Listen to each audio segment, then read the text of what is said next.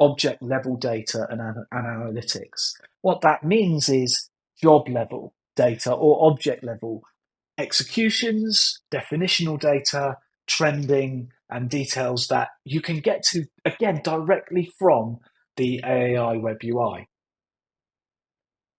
If I use our existing open Gantt chart view of the of this foreign exchange application job stream, I'd like to highlight to you one of the jobs within, or we can take a look at one of the jobs within this definition.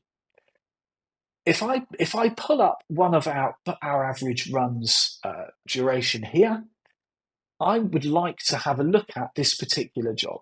I want to get to the job level data associated to this object. I want to understand how it's run, when it's run, what its relationship is between SLAs. And I can do that very easily. I can either directly from the Gantt chart view or the timeline view in the runs grid or in the definitions, anywhere I see a job name that's written in blue as a link, I can click on that and jump directly into the jobs part of the AAI web UI and receive and retrieve that data. I'm going to click on this job now and jump through to that data specific to the job. The job specific or object specific data, again, is split into four different areas: basic information, related jobs and job streams, average runs, and run history. Basic information is going to show you that basic information about the job. It's going to show you its parent. If it's within a container, it will show you the parent. It will show you the job type and some of the properties related to that job. It will show you the command specific properties, what command is running, where the standard out and standard error is going to be written to in the case of an AutoSys job, which is what we're looking at right now.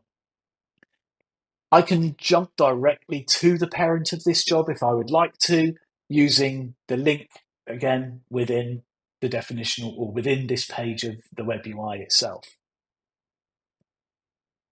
Related jobs and job streams show us how the job that we are currently looking at behaves or can impact other jobs within the system.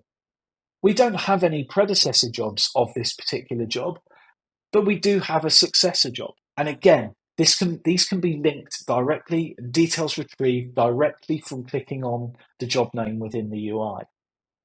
A very useful feature as part of the UI, when you're looking at a specific job, is being able to identify where that job exists on a job stream.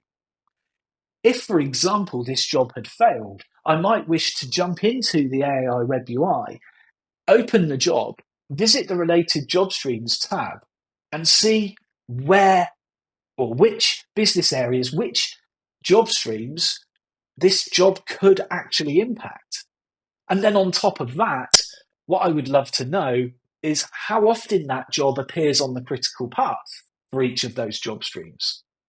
If the job appears on the critical path of a particular job stream for 75, 80, 95% of the executions, then it's highly likely that this job failure would have an impact, maybe even a critical impact, on another job stream. So it allows me to be able to prioritize which job streams I need to take a look at, which jobs I can prioritize remedial action for.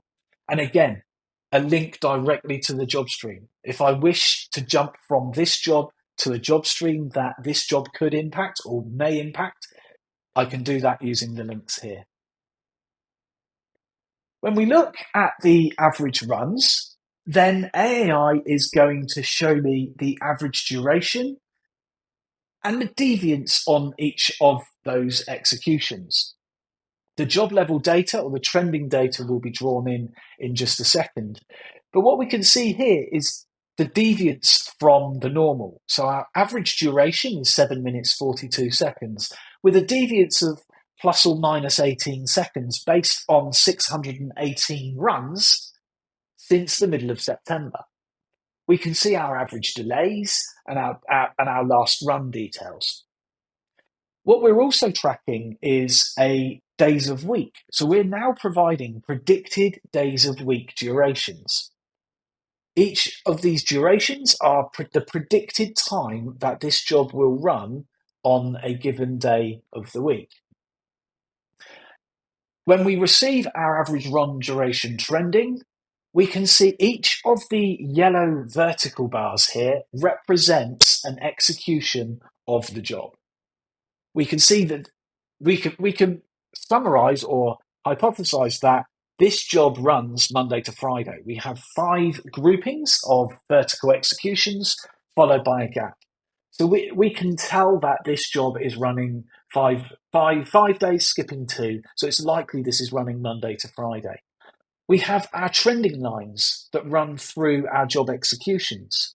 We have a blue and a red trending line that can both be tailored. The red can be tailored or can be switched between a 5, 10, and 15-day moving average, and the blue line can be switched between a 30, 60, and 90-day moving average. We can expand or collapse the data that we're looking at within this representation of the information. And we can now show up to 90 days worth of the executions within this plotted timeline. And we can zoom in and zoom out using the slider on the page here. We can move our slider around and hover, get to the zoomed level of anywhere on that 90-day execution that we wish to review. With regards to the run history, what we can see within our job selection here, when the run history is pulled in, we'll see the executional level data, the start time, the end time, the duration of the job, the status of the job when it's completed, and the exit code. Each of these executions can be selected to pull in the specific run details on the right-hand side. We have the ability to, again, add and remove columns. We have running time, run time, machine, if we wish to add the machine into the view. We can show our delays, our finish to start delays. We can show our start to running delays if we'd like to. And we can move our columns around based upon the preference for our own personal preference. Where there is tabular data or tabular detail, we're providing at the foot of that detail a maximum number of rows per page that we're showing that can be amended between 10 to 100. And we have the number of pages of data that is held related to this execution. Now, when we began to start looking at this particular job, we jumped to this job directly from a Gantt chart view of a job stream, and this job was part of that job stream. But of course, AAI knows more than just about the jobs that sit within the job streams that you've defined. The search bar at the top of the screen here allows us to actually specify and search for a particular job. If I choose, if I choose a particular string here, it will return for me a list of jobs that match the string that I'm entering.